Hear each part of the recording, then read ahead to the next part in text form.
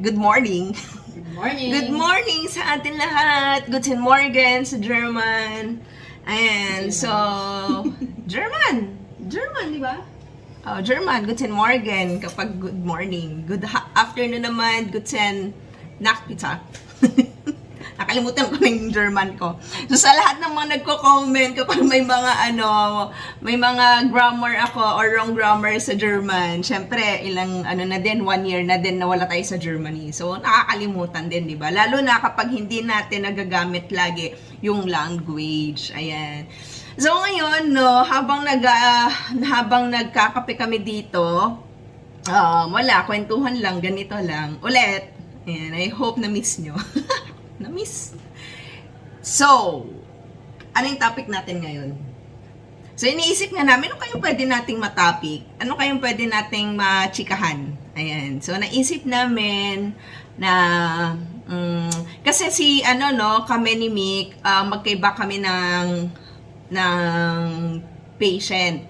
Okay? So, siya kasi fest sa German, meaning, ano na kasi yung fest?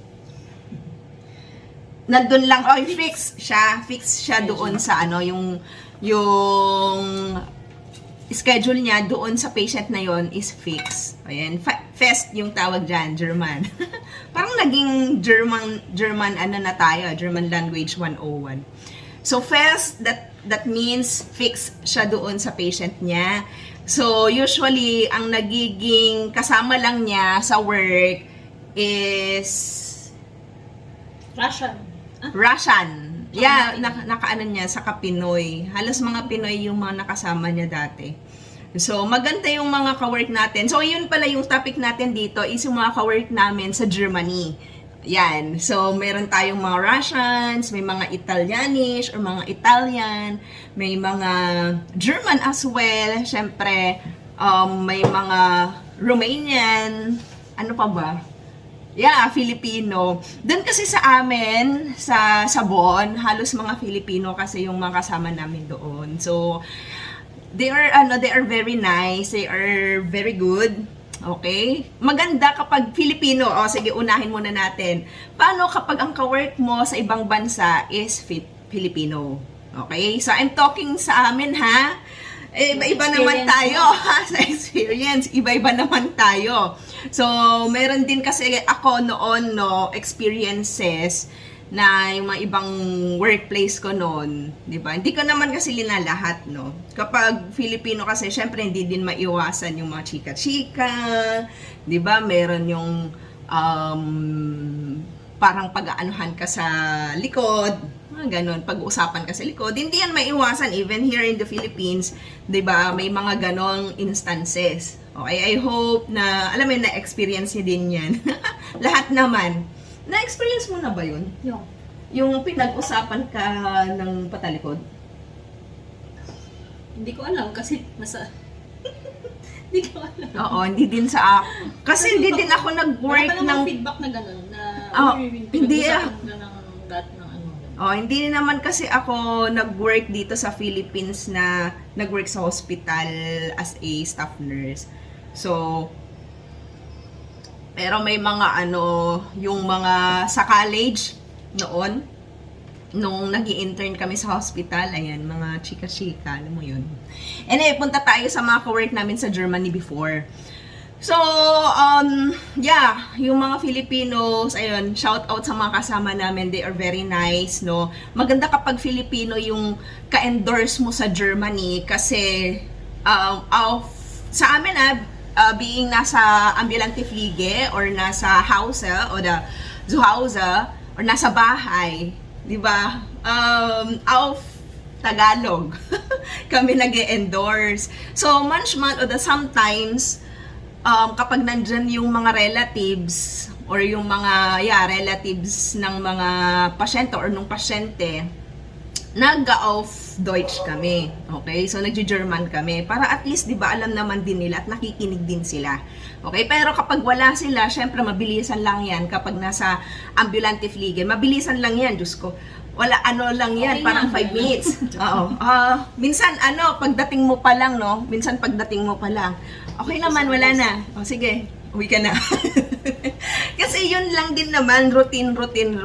So, ang maganda kasi kapag sa ambulante flige, nagwo-work or nasa bahay nagtatrabaho is that mabilisan lang talaga yung endorsement. Hindi kagaya kapag sa hospital, di ba, ang daming mga mga ganito, yung binigay ko, ganitong medicine, ganito, ganyan. Pero, for example, 2 years ka na, 1 year ka na doon sa sa bahay ng pasyente, syempre, alam mo na yung mga pasikot-sikot din doon.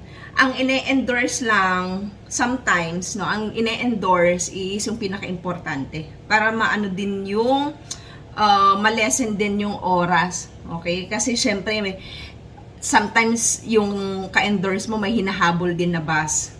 Okay, kung makaka-relate ka, nurse ka dito sa Germany or dyan sa Germany, comment down below. Okay. So, punta tayo sa mga German naka-work. Ay, hindi ka pa pala nakaranas. Meron, PT namin. Ay, PT. Oh, yan, PT niya. So, ikaw Bait siya. naman, Ah, ano yung experiences mo sa Sa German? PT? Sa German. ayun, mabait, friendly sila. Friendly siya. PT namin si Alex. Dati kay, dun sa Wuppertal. Pag, 1 hour lang naman kasi yung work niya doon. 1 hour 30 minutes. So, doon, nagchichikahan kami about doon sa Anggehurige. Ang gihurege meaning relative. Kayo pala ang chismis, ha? Oo, ayun. Pag may mga issues, ganyan, yun yung mga pinag-uusapan namin. So, wala naman akong masasabi sa ugali nila. Bait siya. For me. Oo. Sa akin naman, madalas kasi German din yung mga nakasama ko. So, ang mga Germans kasi straightforward sila. Ayaw nila yung pasikot-sikot. So, for example, kung nag-endorse ka, dapat straight to the point. Ang maganda din kasi sa mga German, kapag German yung mga katrabaho mo, nandun na agad sila sa workplace 30 minutes before. Sino? Romans? Oo. 30 minutes before. Hindi sila... Pati yung Russian naka-work. Hindi 15 minutes. Oo. Parang kasi, ang 5 minutes before sa kanila, parang late na. Or, for example, ang trabaho mo 7 p.m. or 7 a.m. Kapag hindi mo, for me sa experience ko 7 a.m., pag pumasok sila ng 7 a.m., direct, 7 a.m., late na sa kanila yun. Yan. Kaya dumadating sila ng mga 30 minutes before. Minsan dumadating na sila 40 minutes before, pero hindi pa sila pumapasok. Parang pumapasok na lang sila 10 minutes before ng trabaho. So, ganon. Kaya, kapag may endorsement, kapag alam kong German yung kasunod ko, gustong-gusto ko kasi maaga akong umuwi, di ba? No. Ano Sa pangalan bus. niya? Si Claudia, oo. Alam kasi nila, kapag alam nila kapag Filipino, hindi naman lahat ng mga Pinoy may sasakyan. So, usually, alam nila na nakabas.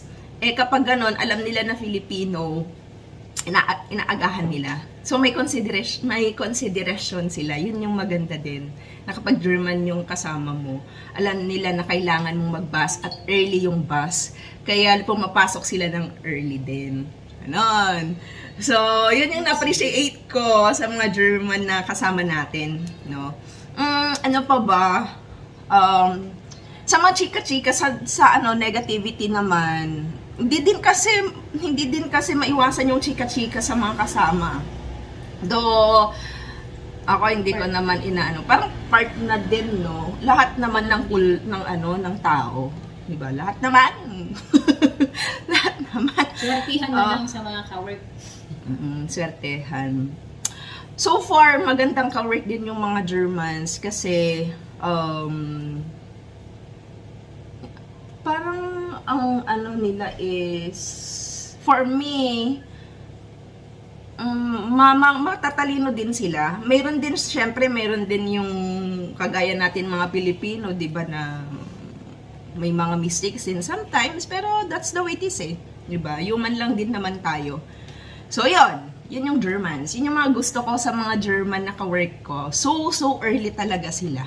As in, so early. Sana may German din dito sa Philippines na makatrabaho para early, di ba? Papagalitan ka kapag pas mga 10 minutes. Maintindihan nila kapag 10 minutes late ka kasi syempre yung bus, 'di ba, may mga isturong or may mga on na fair pass mo yung mga bus. Fair pass, parang na-miss out mo yung schedule ng bus, gano'n. So, maintindihan naman nila, basta i-explain mo lang. Pero, ang ayaw nila at pinakaayaw nila is hindi ka nagsasabi na malilate ka. Ayaw nila yon kasi mag-a-assume sila na hindi ka papasok at bakit hindi ka nagpapaalam. Kasi dapat, kapag nasa Germany ka, alam mo ang mga numbers. Yon, tip, dapat alam mo yung mga numbers or cellphone number na mga ka-work mo sa Germany. Kasi for sure, pagdating mo, baka sigawan ka. Ganon. Normal reaction yan. Pero never pa naman ako nanigaw. Meron pa nun 45 minutes na late. Tapos sinabi ko, alis good. Alis good. Pero deep inside, parang nainis ka na. Anyway. Ganon. Ano pa ba? Basta maganda. Very early. Mga Italians. Naka-work? Mga relatives siguro. Relatives. Siyempre, ka-work pa din. Kasi you are working with the family sa bahay. Ano? Mga Italians? Na ang digurigit? Oo. Sa una, nung pag-unang sabak mo, syempre first time ka nilang makasama, lahat talaga ng galaw mo, babantayan. Ultimo mag-suction, mag-bedside care, magbigay ng gamot, magbigay ng narong. Narong is Yung sa liquid NG food. NG. Oo. Yun, parang oo.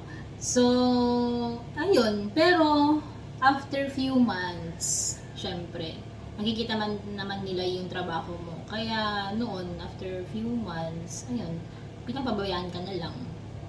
So, medyo, kailangan mo talagang i-tame sila for few months para at least, i-tame talaga. Magpakitang gilas ka, parang ganun. Oo, kasi parang very important kasi kapag nasa bahay ka, no, at mag-isa mong healthcare doon, syempre, iaano mo na, magbibigay ka talaga ng trust sa kanila na kaya mo yung work. Kasi you are dwelling, doon kasi sa trabaho namin sa Germany, hindi siya basta-basta na naka-bed lang, nandun lang siya sa kama, hindi. Kasi, ang work namin doon is yung mga pasyente namin mayroon silang butas here, so trachea or may trach sila. And usually attach yung mga yan, ito, yung butas na to sa mechanical ventilator. So doon sila humihinga. So that means, 'di ba, dapat yung competitive level mo is mataas.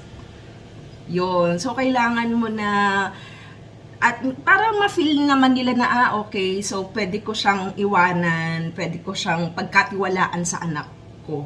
Ganon. So, dapat alam mo kapag nasa ambulante fliege ka, alam mo kung anong ginagawa mo. Kasi mag-isa mo doon. Usually, hindi naman nila alam kung ano yung mga nursing skills. Though alam naman nila mga basic.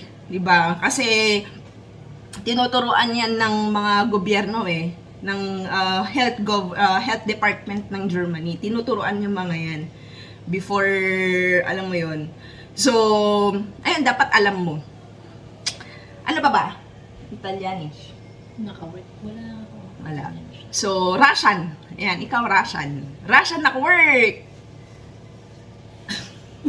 Mabait naman. Pero meron time, nung bago-bago kasi ako, ayun, syempre kung bago ka, ganun din. Kikilatisin niya yung... Nag-away ba kayo? Kikilatisin niya yung yung work mo. Pero ang pangit kasi doon, hindi ikaw yung pagsasabihan niya. For example, may nakita siyang mali, hindi niya diretsyon niya sa parents. Ayun. Hanggang magugulat ka na lang itong Italianish na nanay, tatanungin, Alam na. alam na about doon, hindi ko alam na may mistake pala akong ganito, ganyan, may mali akong nagawa. So, ayun. Oo. Ganda ang pangit. So, mas maganda kung maging assertive ka din talaga. So, ayun. Yeah, pero ito ulit ha, hindi namin nilalahat. O baka mamaya may magko-comment na naman nilalahat. Hindi ha, yung mga experiences namin na naka-work namin sa Germany, like that one, di ba, Russian. So, I think nagka-clash din kayo noon, no? Mga ganyang bagay. Kasi hindi din maiwasan yan eh.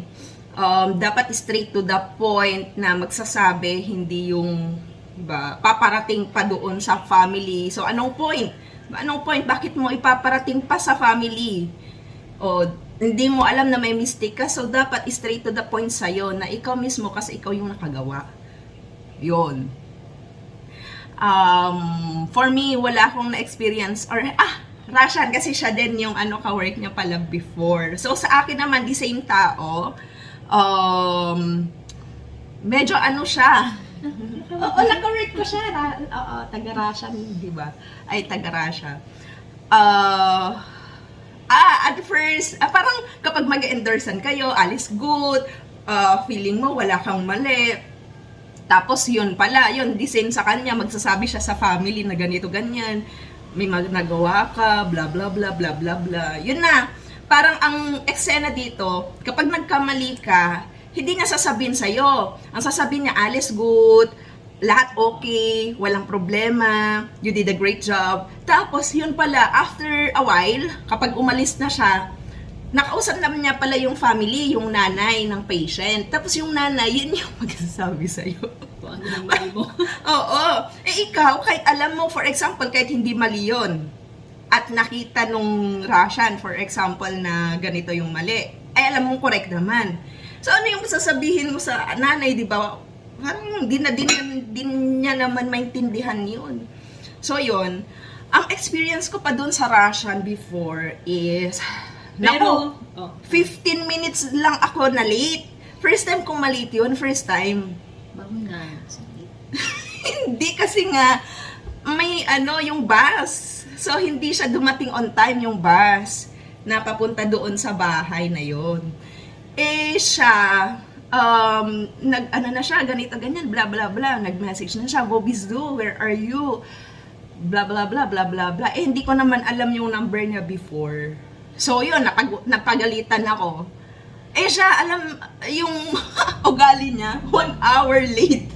Yung ba nag 1 hour late siya? Alam mo kung si Rishi ata yung naka-experience dun sa kanya. Oo, 1 hour. Oo, hindi siya nagpaalam. Anyway, ganun talaga. Sa isang pasyente. Oo. Ay, kawarin mo siya dati pala doon. Oo, doon. Ang maganda, nagbibigay siya ng chocolate after niya, Mag-sorry. Pang-sorry. Pero kasi parang, ang naman nila doon, culture nila is, kung may mali kang nagawa, hindi naman sila nagtatanim ng sama ng loob. Parang normal, after a day, normal agad. Oo. Hindi kagaya dito sa Philippines na hindi Ayun lang naman. dito sa Pilipinas kapag nakagawa ka ng ganon, hindi ka na napapansinin all throughout your life. No? Ba't ganon? Yun naman ang maganda doon. Parang after a while. Oo, yun yung maganda kapag nakagawa sila ng mali, ganyan. So, nagbibigay din sila ng something, food, or chocolate, tas okay na kayo. Tas ganon na naman. Cycle. Okay. Ano pa ba? Romanian. Ay, mabait sila. Mababait sila. Mahilig silang magluto. Ayan, hello sa mga ka-work natin sa Romania na nasa Bonn ngayon. Masarap sila magluto. Meron akong gusto na niluluto nila. Yung soup na may shredded chicken. Oo, sarap nun. Ay, Parang parang- nakaram. Oo, no, ang sarap. Tignan sa sobrang sarap talagang OA yung reaction ko. Pero masarap silang magluto kapag kasama talaga sila. May mga dessert, may mga breakfast pa yan, ganon. So, hindi sila madamot. Just like tayo na Filipino, makakajos din sila. Ayan, mga Romanians. Next, Africans. Africans. Matatalino sila. Matatalino yung mga Africans na nakasama namin noon. Ay, oo. Oo, no? Talino yan, no? Ang May linis strategy. nila magtrabaho. Ang linis. Hindi ko Depende. naman. Kasi dalawang African kasi yan eh. Magkasalungat sila. Actually, yung isa, matalino as in sobrang, matalino naman silang Kahit anong dalawa. klase pa yan, may mga ano din Oo, talaga. parang lahat naman. Pero may mga special attitudes lang, no? Doon sa isang African, maayos magtrabaho, as in ang linis. Kung may mga mali ka na alam niya, sinasabi niya sa'yo, ganito yung gawin mo, bla bla bla. Which is fact naman na mali talaga yon na way. Okay? Sa kanya kasi talagang systematic, no? Grabe. Tas ang bilis niyang magtrabaho, napakasimple niyang simplified, saka smooth. Kaya kapag kasama mo siya sa work at panggabi kayo, kasi may parang vigi or facility din yung sa amin noon sa Bon. So, sa kanya kasi, as in kapag siya yung kasama mo, ay nako, swabe yung trabaho. Even may mga emergency, as in, ang galing. Pati yung clinical eye niya, ang bilis din ng catch niya, no? Kasi doon sa sa trabaho namin kasi, even sa lahat naman, even sa mga hospital, talagang nasusubok yung clinical eye. So, amazing yun, no?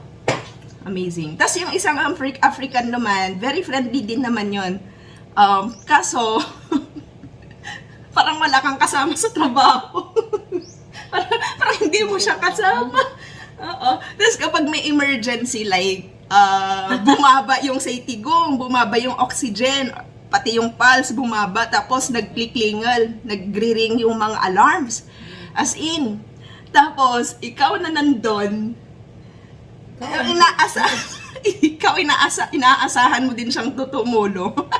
Ang ginagawa niya, pumupunta siya doon sa station, tapos parang may ginagawa siya or busy siya or something, or nandun siya sa kabilang pasyente. Tapos, basta parang as if sobrang busy siya na hindi kanya matulungan. Pero, kinakabahan kasi yun. Pero nakakatuwa yun. Ang sobrang bait. Sobrang bait nila. Ayan. Africans. Ano ba yung... Ay, Turkish! Okay, yan, Turkish. Yung mga taga-Turkey na ka-work. May na-experience ka na ba? Mga Turkish? Mga one day, Sa Wuppertal noon, halos 'di ba sa isang pasyente namin noon, kasi Muslim siya, and halos yung nag-alaga ng Turkish, para din silang mga Filipino, very friendly, mababait sila. Yung isang kasama namin, nagbibigay siya ng mga chocolates. Mahilig sila sa mga sweets. May mga sweets. Baklava ba yon? Hindi ko sure. Yung green na matamis siya, baklava. Basta ganon.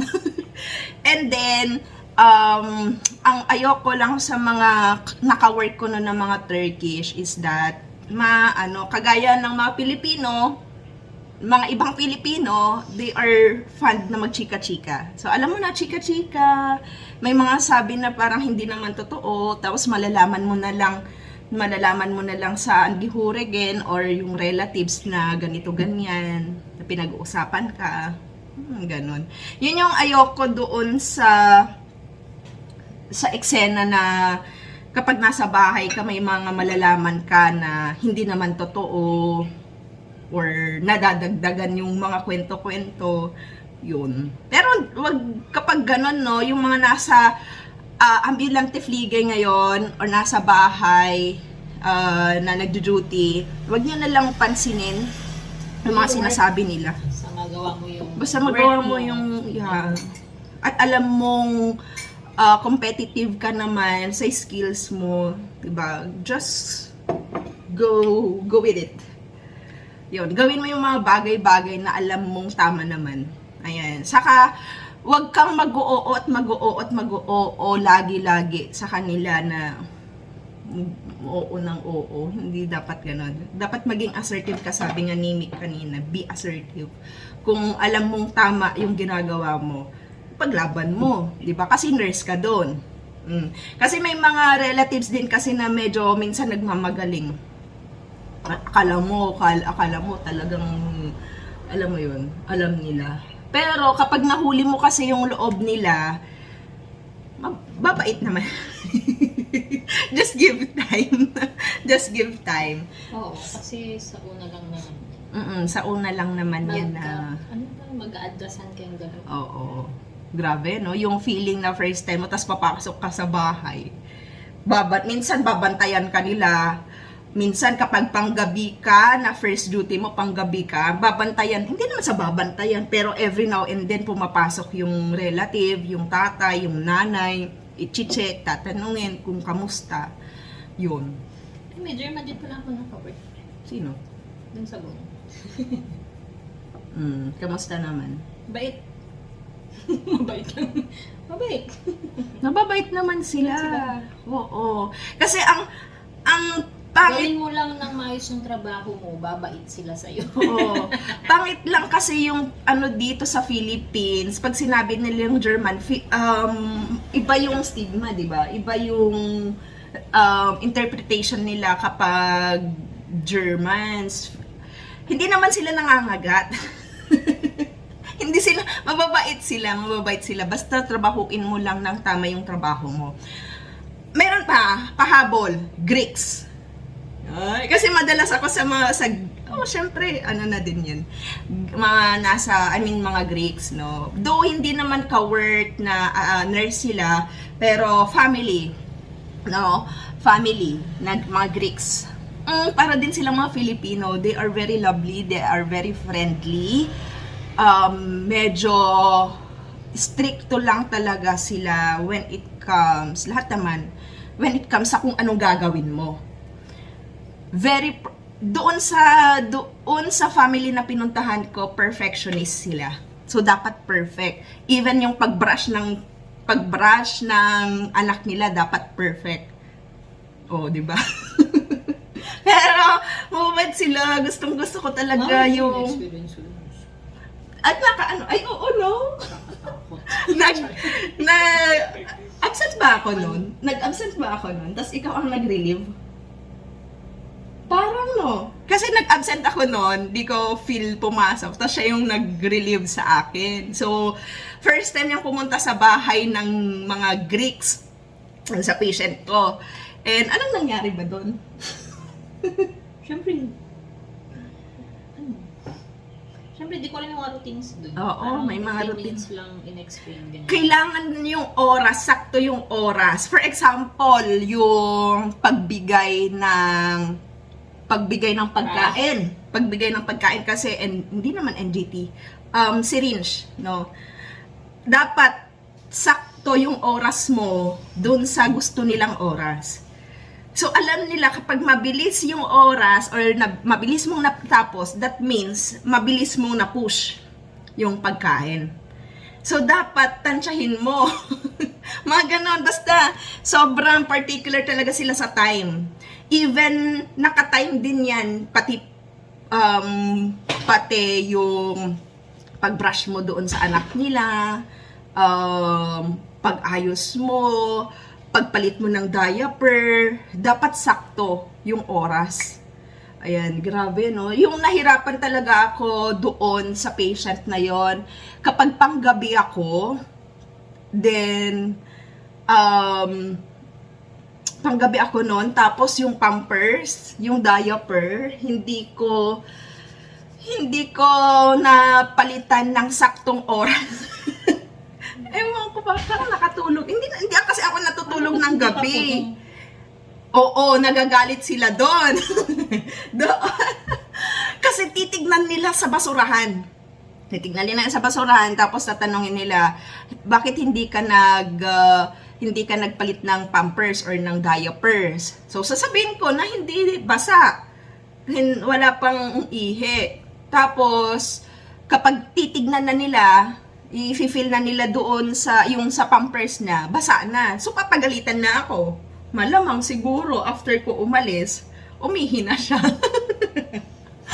Pero, love na love ko talaga yung family na yon ng mga Greeks. Napaka-sweet nila, napaka-emotion din nila, napaka-open nila, no? Lalo na kapag naging malapit na yung loob nila sa'yo. So, nung paalis kami ni Mick noon, nung babalik na kami dito sa Philippines, parang ayaw pa akong paalisin doon sa house kasi feeling nila lilipat ako ng firma or company, where in fact hindi naman. So hindi sila naniwala na uuwi na ako dito sa Philippines noon. So ayun. And I hope na makavisit ako sa kanila by next year. Yes, kasi pupunta kami ng Greece sa Athens sa May, anong date yun? May 22. Yan, May 22, pupunta kami ng Athens. Tapos siguro, May 22 hanggang 22, 23, 24, 25. 25, tapos end of May, yan, pupunta ng Germany. So I hope makavisit din sa bahay nila. Kasi they are very good family sa akin. Parang matikman ko na yung spaghetti niya. Sobrang sarap ng spaghetti ng Greek. Oo. Sobrang sarap. Ay. Tapos gusto ko pa yung, oh my God, gusto ko pa yung luto nila ng chicken, tapos yung sauce, tapos yung salad nila. Salad ng vegetable salad, fruit salad. Fruit salad din. Basta mayroong yung salad nila na vegetable salad. May vinegar ata. Hindi, olive, vinegar, asin. Mayroong sobrang sarap. Ba't di mo itry dito? Wala tayong olive. So yun, I hope na na-share namin yung mga experiences namin when it comes sa mga relatives and sa mga nakatrabaho namin sa Germany. So before natin i-close to, ano lang din, lahat naman ng tao or lahat naman ng mga ka-work may mga iba't ibang characteristics or iba't ibang attitude, 'di ba? Kung ano man yung mga culture nila, kung ano man yung nationality nila, 'di ba? Magkakapareho lang din naman. Depende na lang din 'yan sa tao. As long that you are doing good, as long that you are wala kang hinaharm na iba. Okay, lalo na sa mga kasama mo. Ayun lang naman. I hope you have a great day today. So, yan. Goodbye na kami kasi magbre-breakfast. Kakape pa. Wala nang init yung... breakfast, no? Kasi kagigising lang din. Ayan. Ciao, everyone! Have a great day! Ciao!